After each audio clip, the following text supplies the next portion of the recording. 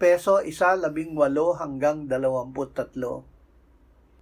Upang malaman ninyo kung ano ang pag-asa sa kanyang pagtawag, kung ano ang mga kayamanan ng kaluwalhatian ng kanyang pamana sa mga banal, at kung ano ang di masukat na kadakilaan ng kanyang kapangyarihan sa atin na sumasampalataya, ayon sa paggawa ng kapangyarihan ng kanyang lakas. Kanyang isinagawa ito kay Kristo, ng kanyang muling buhayin siya mula sa mga patay, at pinaupo sa kanyang kanan sa sangkalangitan, higit na mataas kaysa lahat ng pamunuan, kapamahalaan, kapangyarihan at paghari, at sa bawat pangalan na pinangalanan, hindi lamang sa panahong ito kundi maging sa darating na panahon.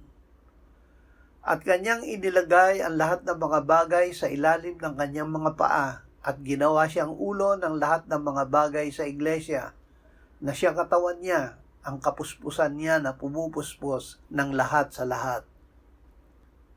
Mamuhay na may pag-asa. Kung dumarating ang pagsubok, isipin na ito ay panandalian lamang. Ang kapangyarihan ng Diyos ay sapat upang tulungan tayo na ipamuhay ang ating pananampalataya araw-araw. Si Kristo ay higit na mataas kaysa lahat ng pamunuan at kapangyarihan. Ipagkatiwala natin sa Kanya ang mga detalye ng ating buhay, maliit o malaki man. Si Kristo ang ulo at tayo ang Kanyang katawan.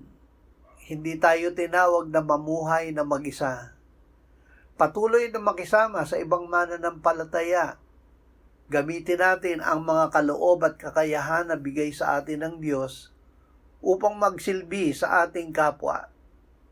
Sa pamamagitan nito ay pinamumuhay natin ang buhay at kapangyarihan ni Kristong muling nabuhay.